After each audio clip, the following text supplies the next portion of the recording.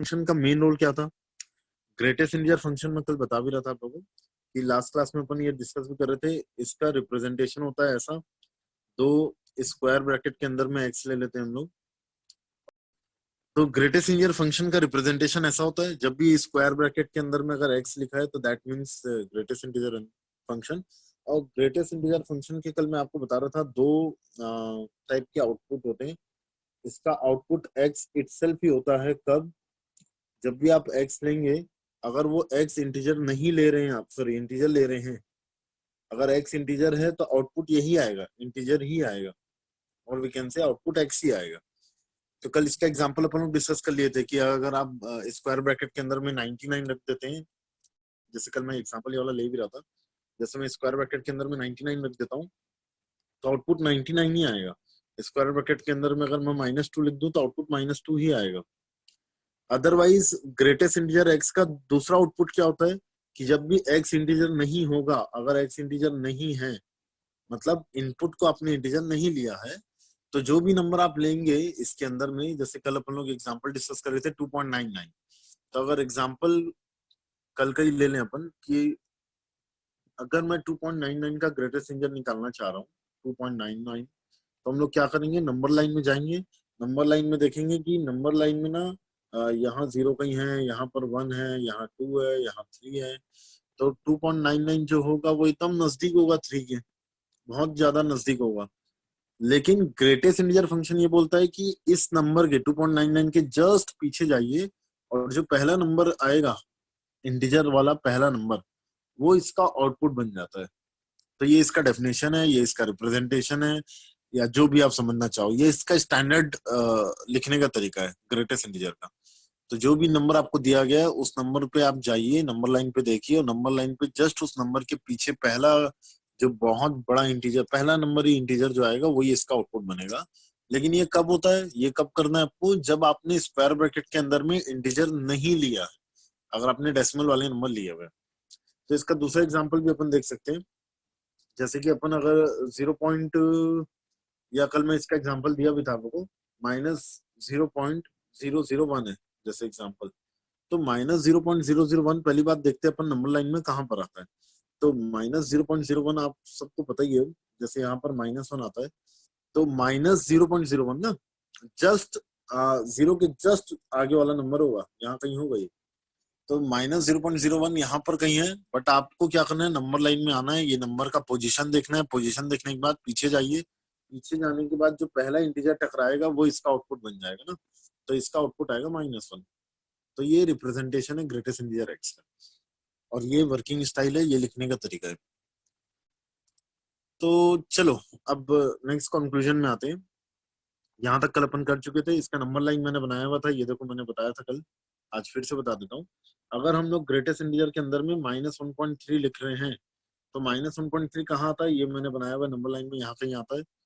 तो इस number line में आप क्या करेंगे, -1.3 के पीछे जाएंगे, पीछे जाने के बाद जो पहला इंटीजर टकराएगा वो -1.3 का आउटपुट बन जाएगा। तो इसलिए -1.3 का आउटपुट आता है -2। लेकिन वही मैं ग्रेटेस्ट इंटीजर के अंदर में अगर सिर्फ -1 रख दूं ना, तो आउटपुट -1 ही आएगा।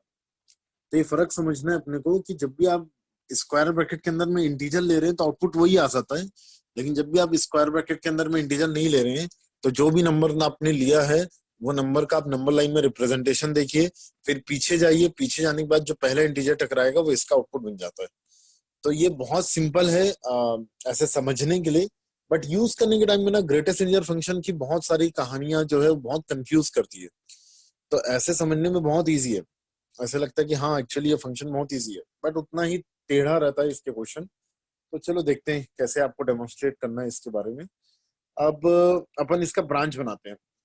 मैं आपके सामने कुछ इसका ब्रांच बना रहा हूँ फॉर मेकिंग ग्राफ। तो ये देखिए मैं ग्राफ बनाने के लिए ये कर रहा हूँ ऐसा, y इक्वल्स टू मैं लिखूंगा greatest integer x equals to. अच्छा अब मैं 2-3 ब्रांच बना के दिखाता हूँ आप लोगों को। इसका आउटपुट हम देख रहे हैं, ये ग्रेटेस्ट इंटीजर x का आउटपुट देखिए।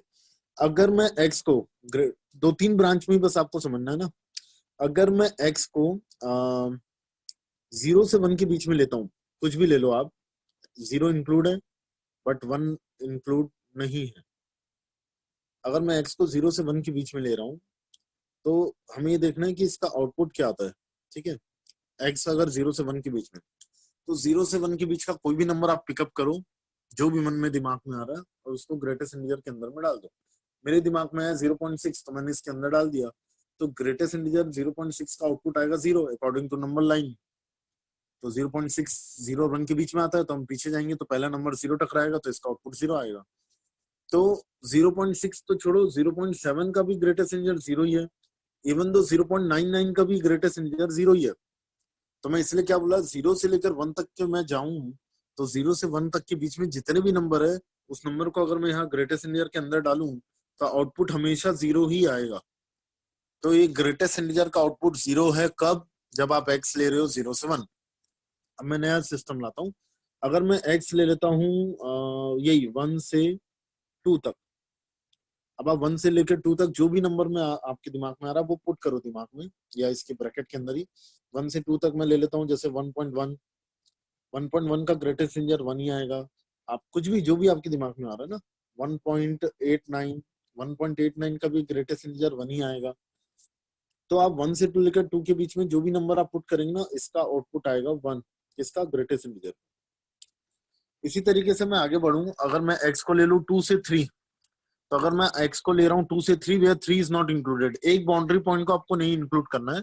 वो कौन सा, जैसे मैंने यहाँ लिखा है x 1 से 2 है, तो राइट हैंड साइड वाला बाउंड्री पॉइंट आप इंक्लूड मत करो, क्योंकि दो इंटीजर एट अ टाइम आप इंक्लूड नहीं कर सकते क्योंकि आउटपुट अलग अलग आते हैं।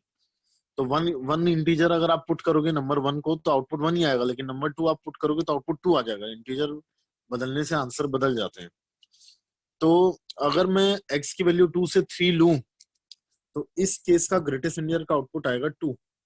हम लोग ग्राफ बनाने के लिए सब कर रहे हैं ना, तो ब्रांच जरूर बनाते चलना। अभी हम लोग ग्राफ बनाने वाले हैं तो जरूर ब्रांच आप लोग पैरेलल बनाते चलिए। तो जब भी आप x लेंगे, x की वैल्यू लेंगे हम लोग 2 से 3, तो आउटपुट आएगा हमारे पास, ये मैंने ले लिया 2 से 3, x ले लिया अपन लोगों ने 2 से 3, तो आउटपुट आएगा हमारे पास 2। अगर मैं एक और ब्रांच ले लेता हूँ ऊपर, अगर मैं एक काम करता हूँ, ये इसके बारे में डिस्कस कर लेते हैं। अब अगर x अपन ले लेते हैं -1 से 0 के बीच में कुछ भी ले लेता हूँ मैं, तो जैसे ही मैं x को -1 से 0 के बीच में लूंगा तो देखते हैं उससे भी आउटपुट क्या आता है, वो भी देख लेते हैं। हालांकि अंडरस्टूड है आउटपुट -1 आएगा। -1 कैसे आएगा चलो देख लेते हैं। आप कोई भी नंबर पुट करके भी देख सकते हो। तो जैसे ही आप x की वैल्यू क्या ले रहे हैं, -1 से 0 के बीच में, तो आउटपुट आ रहा है -1। कोई भी नंबर आप लीजिए -1 से 0 के बीच का, जो भी नंबर आपके दिमाग में आ रहा है आप वो लीजिए और पुट कीजिए, तो आउटपुट आपको देखने को मिलेगा, आउटपुट आएगा -1। तो ग्रेटेस्ट इंटीजर ना हमेशा आउटपुट क्या दे रहा है एक चीज समझ में आ रहा है। ग्रेटेस्ट इंटीजर के बारे में अगर मैं बातचीत करूं तो मैं ऐसी बात तो जरूर कर सकता हूं कि इसका डोमेन जो है, एक सेकंड, हाँ जी, तो ग्रेटेस्ट इंडियर के बारे में एक चीज तो बात अपन लोग जरूर कर सकते हैं, इसका डोमेन जो है ना वो रियल नंबर है, ये कुछ भी एक्स एक्सेप्ट कर सकता है, ये तो क्लियर हो गया। बट इसका आउटपुट जो आएगा ना, आउटपुट आएगा सेट ऑफ इंटीजर्स, हम लोग ऐसा लिखते हैं सेट ऑफ इंटीजर्स, आई मतलब इंटीजर। तो इसके आउटपुट में केवल और केवल रेंज में केवल और केवल इंटीजर्स आते हैं और कोई नंबर नहीं आएगा। आउटपुट हमेशा इंटीजर नंबर है, लेकिन डोमेन में इनपुट में आप कुछ भी पुट कर दीजिए। तो इनपुट में अगर आप 1.2 पुट करोगे तो आउटपुट 1 है, 1.8 पुट करोगे तो भी आउटपुट 1 है, 1.6 पुट करोगे तो भी आउटपुट 1 है, इवन तो 1.99999 भी पुट करोगे तो भी आउटपुट 1 ही आएगा। तो इनपुट में आप कुछ भी पुट करो आउटपुट आएगा, बट आउटपुट हमेशा इंटीजर।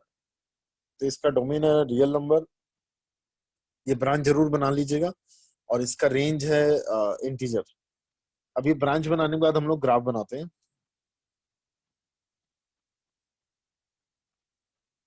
चलिए ब्रांच बनाते हैं अब, सॉरी ग्राफ बनाते हैं अब। तो एक चीज समझ में आ गई है कि मेरा ये ग्रेटेस्ट इंटीजर का जो ग्राफ रहेगा वो ग्राफ कैसा रहेगा पता है। ये जो x है अपना, x की वैल्यू 0 से लेकर 1 के बीच में, इस x में, इतने x में मेरा ग्रेटेस्ट इंटीजर का आउटपुट जो आ रहा है वो 0 आ रहा है। फिर नीचे आता हूँ, x 1 से 2 है तो आउटपुट 1 आ रहा है। मतलब x की वैल्यू 1 से लेकर मैं 2 कुछ भी पुट करूं आउटपुट हमेशा बनाते रहेगा। तो ये ऐसा नहीं दिख रहा है ये y इक्वल्स टू 1 वाली लाइन है, ये y इक्वल्स टू 2 वाली लाइन है, ये y इक्वल्स टू 0 वाली लाइन है, ये y इक्वल्स टू -1 वाली लाइन है। तो ये ऐसी ना एक ये ग्राफ है, y equals to 0, y equals to -1, y equals to 1, y equals to 2। ये सब ग्राफ्स है। y इक्वल्स टू 1 वाली लाइन होती है, y equals to 2। y equals to 1 वाली लाइन क्या होती है? Line parallel to x axis and passing through 0,1। y equals to 2 क्या होती है? Line parallel to x axis and passing through 0,2। y equals to 0 क्या होती है? x axis itself. तो y equals to 0 x axis खुद ही है। बट ये पूरा का पूरा नहीं लेना है आप लोगों को, y इक्वल्स टू 1 पूरा नहीं लेना है। y इक्वल्स टू 1 कब लेना है? जब x की वैल्यू 1 से 2 है। y इक्वल्स टू 2 भी पूरा नहीं लेना है, वो कब लेना है? जब x की वैल्यू 2 से 3 है। ठीक है।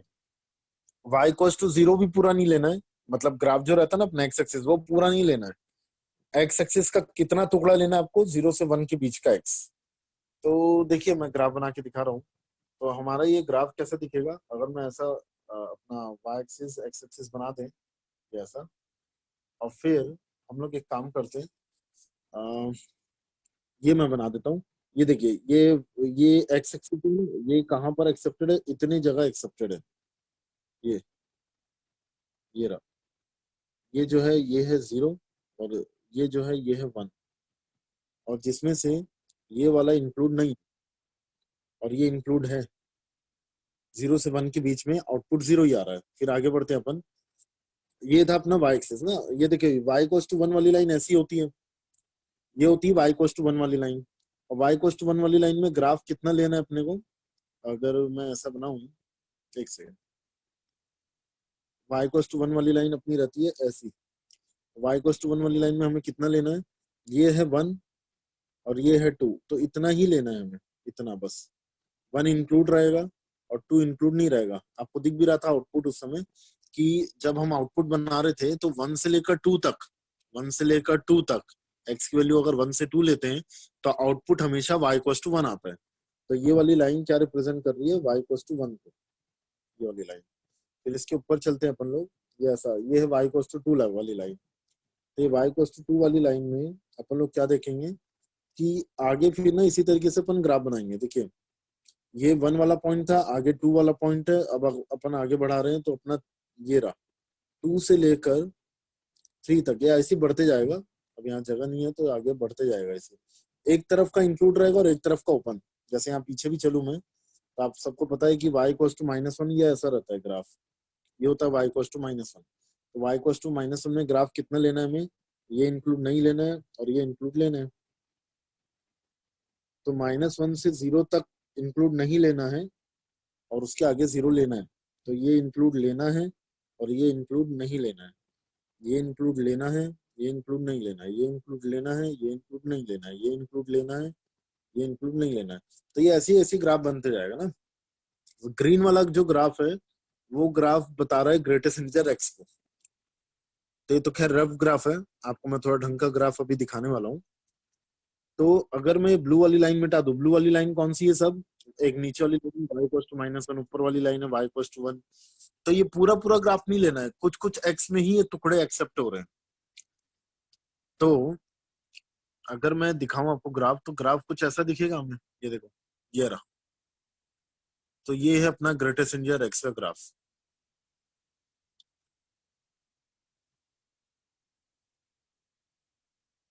ये वाली लाइन कौन सी है? ये y इक्वल्स टू 1 वाली लाइन है। ये वाली लाइन कौन सी है? y इक्वल्स टू 2 वाली लाइन है। ये इसके ऊपर ये वाली लाइन y इक्वल्स टू 3 वाली लाइन है। तो ऐसे ना आपकी लाइन का कुछ कुछ टुकड़ा ही एक्सेप्ट हो रहा है।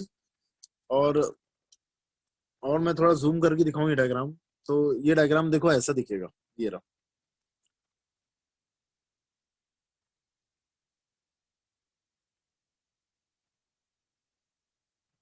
ये ग्रेटेस्ट इंटीजर एक्स का डायग्राम है। इसके डोमेन में आप साफ साफ देख पा रहे हैं, इसके डोमेन में हर एक्स एक्सेप्टेड है। इसका रेंज में हमेशा सेट ऑफ इंटीजर्स आ रहा है, आई। ये डिसकंटिन्यूअस फंक्शन है। डिसकंटिन्यूअस क्यों है भैया? बहुत टुकड़ों टुकड़ों में ये ग्राफ बन रहा है, इसलिए हम लोग इसको बोलते हैं डिसकंटिन्यूअस। डिसकंटिन्यूअस का एक और मीनिंग था, अगर जब भी मुझे ग्राफ बनाना पड़ रहा है और ग्राफ बनाने के लिए मुझे पेन पेपर को बार बार, मतलब मुझे पेन को बार बार उठाना पड़ रहा है, तो दैट मीन्स डिसकंटिन्यूअस। और लास्ट इसके बारे में हाईलाइट लिख लें, ये फंक्शन नाइदर इवन है नॉर ऑड, नैनो बोलते हैं हम लोग, ना ये इवन फंक्शन है ना ये ऑड, क्योंकि इसका ग्राफ, ये ब्लू वाला जो आपको लाइन दिख रही है सब इसके ग्राफ है। तो ये ग्राफ में ना तो ग्राफ वाई एक्सिस के अबाउट सिमेट्रिक है ना तो ग्राफ ओरिजिन के अबाउट। तो ये ओरिजिन के अबाउट भी ये ग्राफ सिमेट्रिक नहीं। कारण मैं आपको समझा देता हूँ, बहुत सिंपल सा कारण है। ये देखिए ये जितने भी पॉइंट्स यहाँ पर आ रहे हैं, ये वाली लाइन में, ये वाली लाइन में जितने भी पॉइंट्स यहाँ पर आ रहे हैं, ये जितने भी डिस्टेंस पे हैं उतनी डिस्टेंस पे ये भी पॉइंट्स हैं ये पूरे, बट ये वाले पॉइंट्स पूरे ग्राफ पे नहीं आ रहे हैं। तो ये नीचे वाली लाइन का, ये नीचे वाली लाइन के बारे में पहले मैं बता देता हूँ। यहाँ वाले जितने भी ग्राफ हैं, ये पॉइंट्स हैं, अगर ये पॉइंट्स ओरिजिन से, एक सेकंड ना,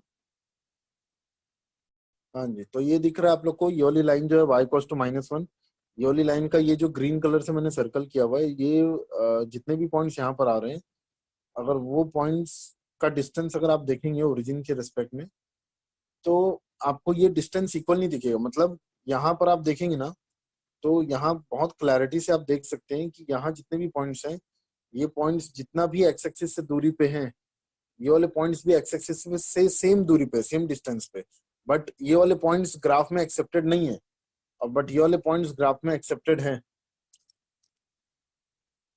तो आप ऐसा भी देख सकते हैं, और आपको आगे जाके और समझ में आएगा। ऑड फंक्शन का एक डायरेक्ट लॉजिक है, तो बिना ग्राफ देखे भी हम लोग डायरेक्ट मैथमेटिकल तरीके से बता सकते हैं।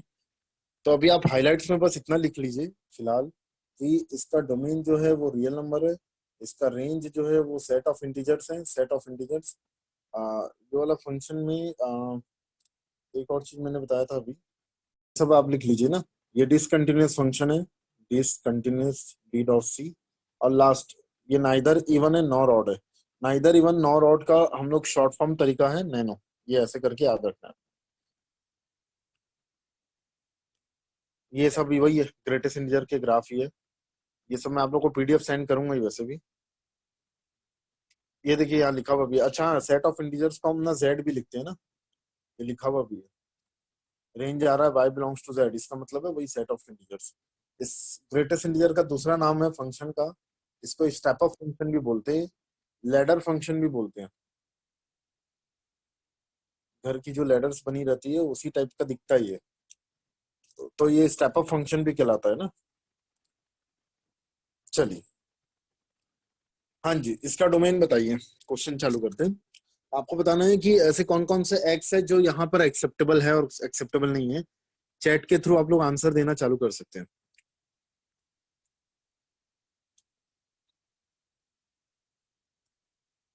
देखिए, सोचने का तरीका क्या रहेगा, बहुत सिंपल तरीके से सोच सकते हैं अपन, कि ग्रेटेस्ट इंटीजर अपना जब जब आउटपुट जीरो देगा, ग्रेटेस्ट इंटीजर अपना आउटपुट जब जब जीरो देगा, जब जब जीरो देगा, तब तब ये एफ का आउटपुट जो आएगा वो इन्फिनिटी आएगा।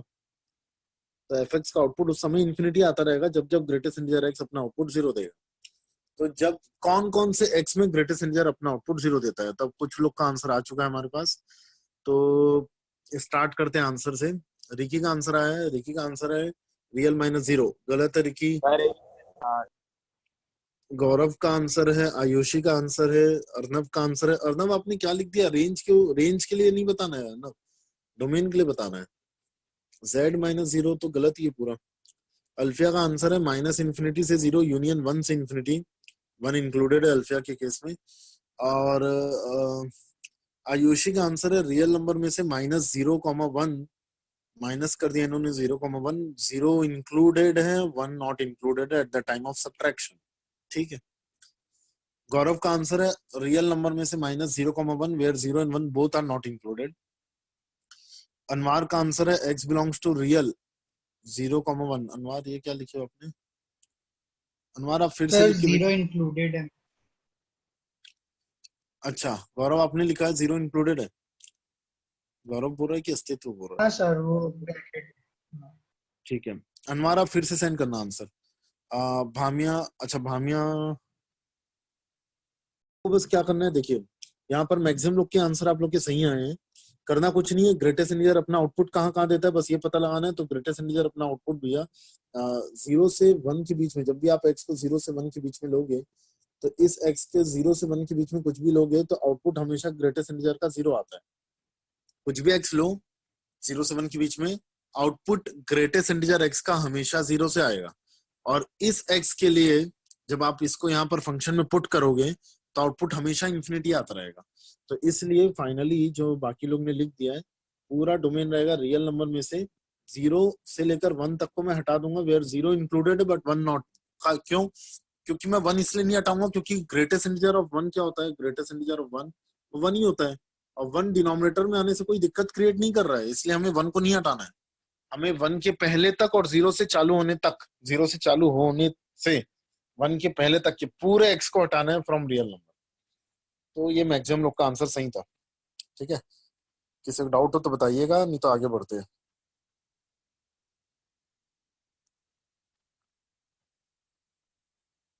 चलिए प्रॉपर्टीज में आते हैं। प्रॉपर्टीज में 2-3 प्रॉपर्टी बहुत ज्यादा इंपॉर्टेंट है इसमें। पहली प्रॉपर्टी देखिए, आप कोई भी x ले लीजिए, जैसे मैं ले लेता हूँ 2.3।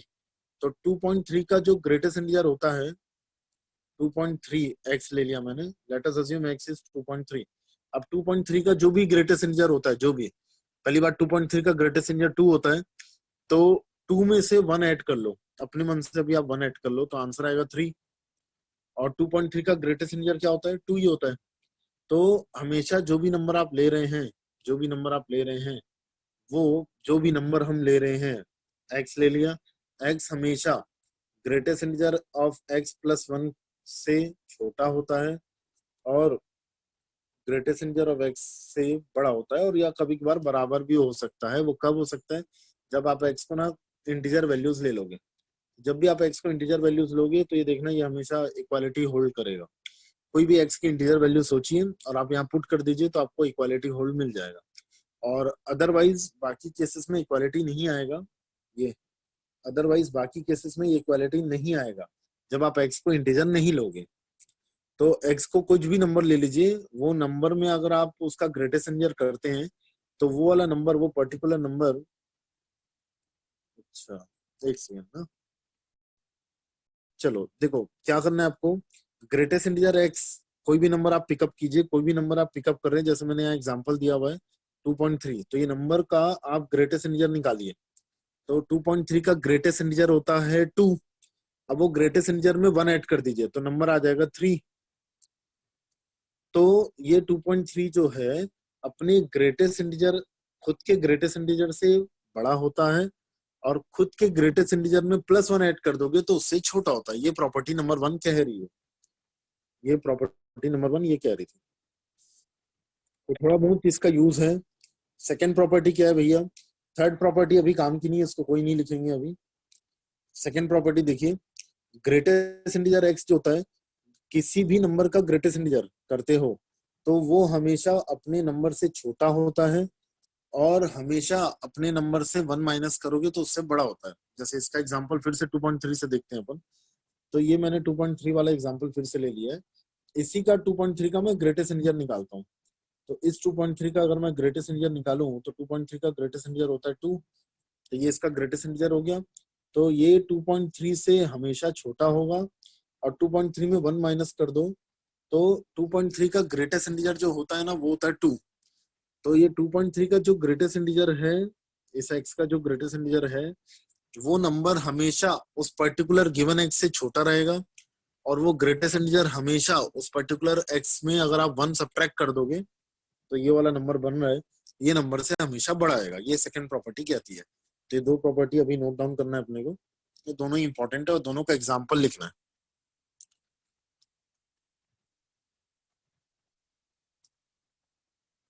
थर्ड प्रॉपर्टी क्या है अपने पास, थर्ड प्रॉपर्टी ही आपको पता है सबसे इंपॉर्टेंट प्रॉपर्टी। ये तो चलो एक चिल्लर प्रॉपर्टी है, चलो ये तो ऑब्जर्वेशन से दिख गई है 2 चीज।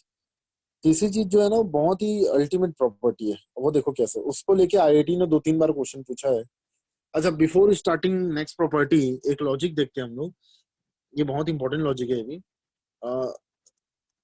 इसमें क्या बताया गया है, hence we can write any real number as a sum of integral and fractional ना।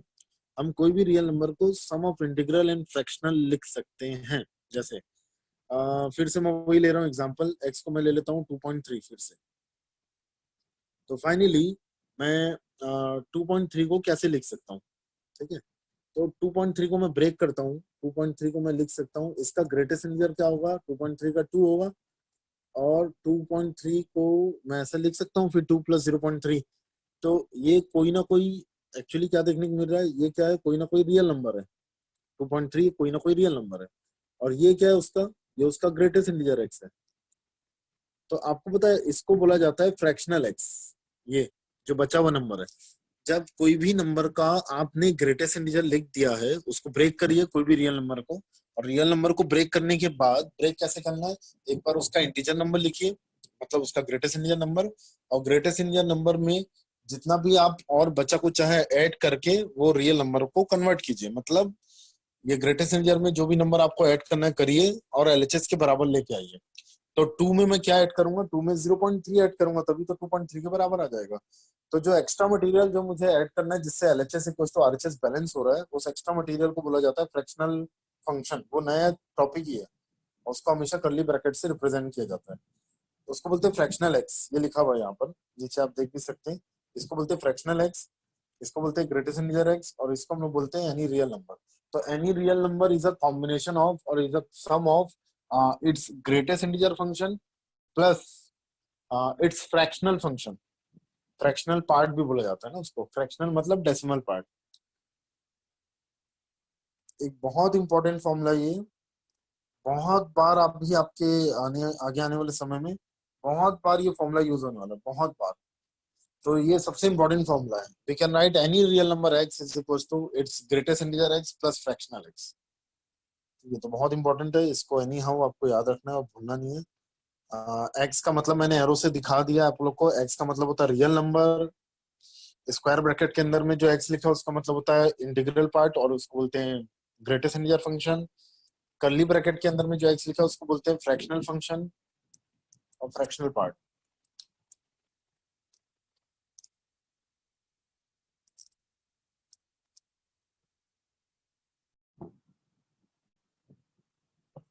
अब देखिए ये है, मैं जो बोल रहा था आपको, एक तो वो वाली चीज है जो पीछे लिखे हैं अभी अपन लोग ने, कि एक्स को हम लोग लिख सकते हैं greatest integer x plus fractional X, ये तो लिख ही सकते हैं। दूसरी प्रॉपर्टी जो बहुत इंपॉर्टेंट है ना, ये दूसरी नहीं, ये थर्ड प्रॉपर्टी है ये, इसको 3 कर दीजिएगा, 2 नहीं है। आपको एक बहुत इंपॉर्टेंट चीज समझ में आएगी अभी वाली प्रॉपर्टी में। ये प्रॉपर्टी क्या कहना चाह रही है ये मैं बाद में बताऊंगा, पहले अभी अपन एक एग्जांपल देखते हैं। ये देखिए मैं एक एग्जांपल दिखा रहा हूँ आप लोगों को। ये एग्जांपल में आप ये देख सकते हैं, जैसे मैंने लिख दिया 5.3। तो 5.3 का, सबको पता है आप लोग को 5.3 का ग्रेटेस्ट इंटीजर होता है 2, ए सॉरी 5। तो 5.3 है, 5.3 का ग्रेटेस्ट इंटीजर की वैल्यू होती है 5, ये तो सबको पता है। इसको मैं ऐसा भी तो कर सकता हूँ, 3.3 प्लस 2, मैं ऐसा भी तो लिख सकता हूँ। अब ये वाली प्रॉपर्टी क्या बोलती है पता है, ये वाली प्रॉपर्टी ये बोलती है कि अगर आपके पास कोई ग्रेटेस्ट इंटीजर के अंदर में एक नंबर डेसिमल वाला है और एक नंबर ये m इंटीजर है, तो आप एक काम कीजिए, ये m को डायरेक्ट जम करके बाहर निकाल लीजिए। तो ये m ना डायरेक्ट जम करके आप इसको बाहर निकाल सकते हैं, इसको आप ग्रेटेस्ट इंटीजर x से फ्री कर सकते हैं। ऐसा फ्री करेंगे तो आंसर में कोई बदलाव नहीं आएगा, वही चीज अपन लोग देख रहे हैं कैसे हो रहा है। तो देखिए मैं आपको यहाँ पर करके दिखा रहा हूँ। मैंने 5.3 को लिखा 3.3 प्लस 2। अब मैं उसको ऐसा लिख सकता हूँ, 3.3 का ग्रेटेस्ट इंटीजर और 2 अलग कर दिया मैंने। ऐसा बोला गया था कि आप इंटीजर पार्ट को अलग कर सकते हैं। नाउ 3.3 का ग्रेटेस्ट इंटीजर होता है 3, और 3 प्लस 2 होता है 5। तो इसलिए इससे भी आंसर 5 ही आ रहा है। तो आंसर आप डायरेक्ट करो या इनडायरेक्ट करो, आप ये वाली प्रॉपर्टी यूज कर सकते हो। जब भी ग्रेटेस्ट इंटीजर के अंदर में अगर कोई इंटीजर आ रहा है, तो you can remove that integer, और we can say we can free that integer, हम उस इंटीजर को फ्री कर सकते हैं फ्रॉम द स्क्वायर ब्रैकेट। तो जैसे ये रहा ना, ये देखो ये 2.8 प्लस 3.2 है, तो ये ग्रेटेस्ट इंटीजर के अंदर में, और यहाँ पर कोई भी इंटीजर नहीं है, दोनों नंबर में कोई भी इंटीजर नहीं है। तो आप ऐसा नहीं लिख सकते इसको कि 2.8 का मैं निकाल लूंगा भाई अलग से, और 3.2 मैं बाहर कर दूं, ऐसा नहीं कर सकते ना, ये रॉन्ग है, ये तरीका ही रॉन्ग है। और देखना आप आंसर भी बैलेंस नहीं होगा। 3.2 प्लस 2.8, 3.2 प्लस 2.8 हो जाता है 6। 6 का ग्रेटेस्ट इंटीजर 6 ही होता है, बट आरएचएस में जो भी मेरा आंसर आएगा ना वो आ जाएगा 5.2। आप देख सकते हो 2.8 का ग्रेटेस्ट इंटीजर होता है 2, ये देखो 2.8 का ग्रेटेस्ट इंटीजर 2, और ये हो जाएगा 3.2। तो 2 प्लस 3.2 हो जाएगा 5.2। तो LHS equal to not RHS ना, तो एलएचएस और आरएचएस इक्वल नहीं आ रहे ऐसे करने से। तो आप ये वाली प्रॉपर्टी तभी यूज कर सकते हैं जब ग्रेटेस्ट इंटीजर के अंदर में कोई एक इंटीजर है और आप वो इंटीजर को रिमूव कर सकते हैं along with its साइन।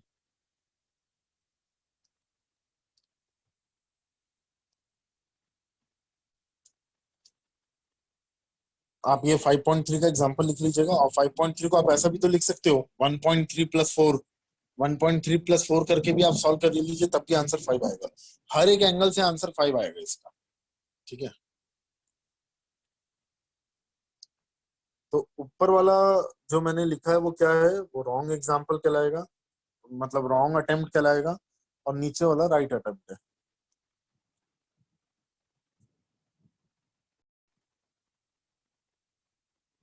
चलिए आगे बढ़ते हैं। हाँ जी, again the most important topic for IIT point of view. IIT की एक बहुत फेवरेट टॉपिक है ये। अगर जब भी हम लोग पूछते हैं ग्रेटेस्ट इंडिया से तो इसका यूज जरूर करवाते हैं, इस टॉपिक का, ये प्रॉपर्टी का। ये प्रॉपर्टी में आप एक चीज देखिए, अगर आपने ग्रेटेस्ट इंडिया के अंदर में 2 डाला और अगर आपने उसके अंदर -2 भी डाल दिया और आप ये दोनों अलग अलग मटेरियल को ऐड करेंगे, तो आपको पता है 2 का ग्रेटेस्ट इंटीजर 2 ही होता है, -2 का भी ग्रेटेस्ट इंटीजर -2 ही होता है। तो फाइनली आउटपुट क्या आएगा, 2 plus of -2, 2 plus of -2 will become 0। तो एक चीज अपने को ये समझ में आ रही है यहाँ पर, हाँ एक चीज अपने को यहाँ पर समझ में आ रही है कि अगर मैं एक और दूसरा एग्जांपल पहले दिखाता हूँ, फिर वो टॉपिक समझते हैं। तो अब मैं दूसरा एग्जांपल ले लेता हूँ। सपोज ग्रेटेस्ट इंटीजर के अंदर में कोई भी एक नंबर ले लेते हैं अपन, जो भी मन में आ रहा है, चलो 2.3 ले लेते हैं। अब उसी नंबर के नेगेटिव वाले से, उसी नंबर के नेगेटिव वाले से का ग्रेटेस्ट इंटीजर को मैं इसमें ऐड करता हूँ। तो 2.3 का ग्रेटेस्ट इंटीजर आप सबको पता है 2 होता है, लेकिन -2.3 का ग्रेटेस्ट इंटीजर होता है -3।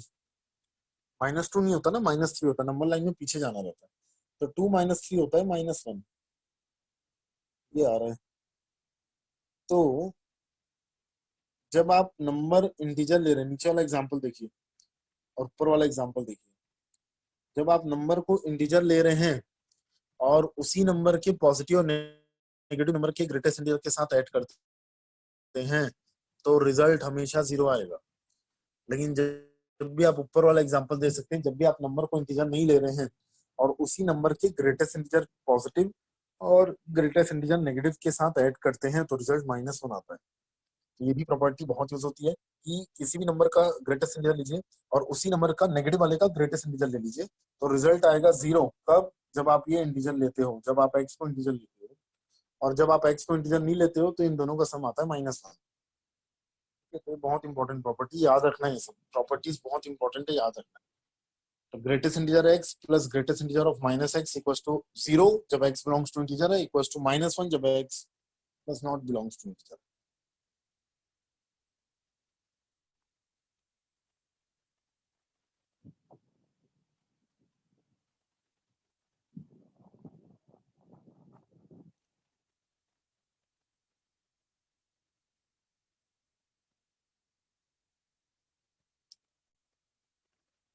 चलिए आगे बढ़ते हैं। तो ये फ्रैक्शनल फंक्शन चालू करने से पहले एक आईआईटी का क्वेश्चन डिस्कस कर लेते हैं। ये जेई का क्वेश्चन है जो मैं दे रहा हूँ आपको, ये क्वेश्चन लिख लेते हैं यहाँ पर। सब्जेक्टिव में आया था कि ग्रेटेस्ट इंटीजर ऑफ एक्स, ऐसा लिखा था उन्होंने, solve for x, solve for x, greatest integer x का square -5 times of greatest integer x plus 6, sorry heading डालना सॉल्व फॉर एक्स, और क्वेश्चन ऐसा था। हाँ क्वेश्चन सही तो लिख रहे थे, सही है वो question. Greatest integer of X का स्क्वायर ऊपर ही लिखता हूँ मेरे को, ग्रेटेस्ट इंटीजर ऑफ एक्स का स्क्वायर, क्वेश्चन सही था, 5 times of greatest integer x plus 6 equals to greatest integer of एक्स plus greatest integer of minus x.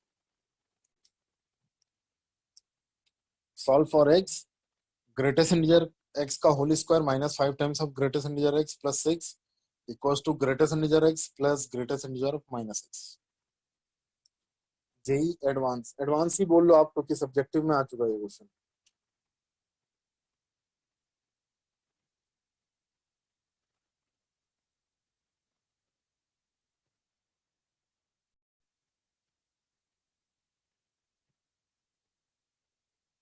तो greatest integer of x minus two, इसको हम लोग ना, लेकिन ये ध्यान दीजिएगा x बिलोंग्स टू इंटीजर में पहली वाली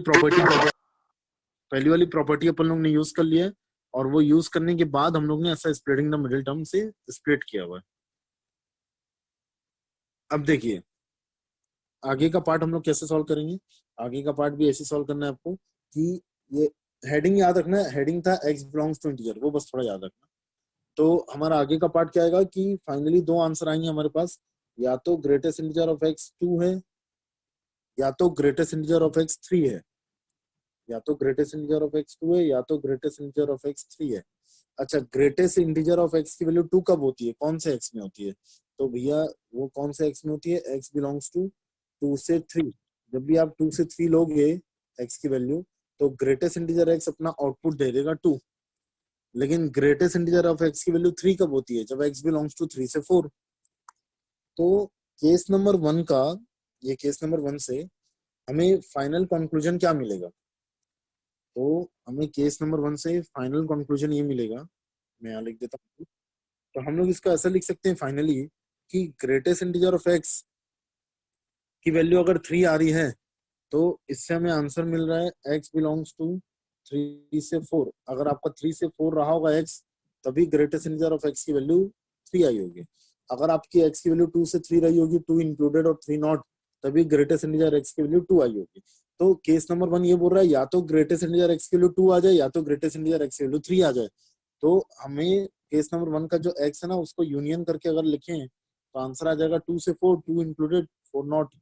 तो ये वाले x में, इस x में केस नंबर 1 के पूरा आंसर जो है, ग्रेटेस्ट इंटीजर x की वैल्यू 2 भी आ जाए और ग्रेटेस्ट इंटीजर x की वैल्यू 3 भी आ जाए, दोनों इसमें आ रही है. हमें करना क्या था, ये दोनों जो बाय पार्ट्स बन गए थे ना x के, वो दोनों बाय पार्ट्स को हमें यूनियन करके आंसर लिखना था. तो पहला वाला बोल रहा है 2 से 3, दूसरा वाला बोल रहा है 3 से 4, तो दोनों का यूनियन करके आंसर लिख दो. ये केस नंबर 1 का आंसर है. बट केस नंबर 1 के हेडिंग में अपन लोग ने क्या लिखा था, when x belongs to integer. तो फाइनली इतने x में से x इंटीजर क्या क्या आएगा, तो इतने में से x इंटीजर आएगा 2 और 3, 4 नॉट इंक्लूडेड है ना. तो 2 और 3 ये दो इंटीजर आ रहे हैं केस नंबर 1 से. तो केस नंबर 1 में के थ्रू दो x आ रहे हैं, एक 2 और एक 3. इतने ही x से निकालना है ना, 2 और 4 से. अब आते हैं अपन लोग केस नंबर 2 पे. जिनको डाउट आते जा रहा है ना, चैट मतलब पर्सनल मैसेज करते चलिए. अब केस नंबर 2 में क्या है, केस नंबर 2 में एकदम सिंपल सी बात है. वहां पर से ना आंसर इमेजिनरी आएगा, देखते हैं कैसे. केस नंबर 2 में इसी तरीके से ना ये चारों गर्ल्स लोग का आंसर सही आया था, सौम्या, साक्षी, अल्फिया और आयुषी का. अब केस नंबर 2 में हम लोग क्या लेंगे कि when x does not belongs to integer. ठीक है, तो case number 2, when x does not belongs to integer. अब ये देखिएगा ध्यान से, अगर x इंटीजर नहीं है तो भैया greatest integer of x plus greatest integer of minus x, ये बन जाता है -1. तो हमारा क्वेश्चन कैसा दिखेगा हमें, वो ऐसा दिखेगा, greatest integer of x square -5 times of greatest integer x plus 6 equals to, ये बन जाएगा -1. ये इक्वल्स टू आ गया -1. अब -1 को एलएचएस में लेके जाओ तो ऐसा दिखेगा आपको, greatest integer of x square -5 times of greatest integer x plus 7 equals to 0.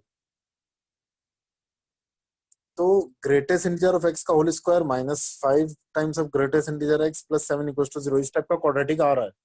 और ये क्वाड्रेटिक का अगर आप डी चेक करेंगे, डिस्क्रिमिनेंट, तो इस क्वाड्रेटिक का डिस्क्रिमिनेंट ना लेस देन 0 आ रहा है. और जब भी किसी भी क्वाड्रेटिक का डिस्क्रिमिनेंट लेस देन 0 आता है, तो इस टाइप के क्वाड्रेटिक रियल आंसर नहीं देते हैं. और हमें इस चैप्टर में, फंक्शन चैप्टर में क्या पढ़ना है, केवल रियल नंबर्स. हम लोग रियल फंक्शन हेडिंग डाले थे एक दिन, तो हम लोग केवल रियल फंक्शन के बारे में पढ़ रहे हैं और किसी के बारे में. ठीक है, तो फाइनली इसलिए हमारा ये आंसर आ रहा है ऐसा, एक सेकंड ना. तो केस नंबर 2 से आ रहा है नो सॉल्यूशन और केस नंबर 1 से आ रहा है 2 आंसर। तो अस्तित्व आपका आंसर पूरा सही था, बस लास्ट में ना उससे इंटीजर को फिल्टर करना था क्योंकि हमारी हेडिंग थी x बिलोंग्स टू इंटीजर, तो बस वो फिल्टर करना था। तो आंसर था 2,3।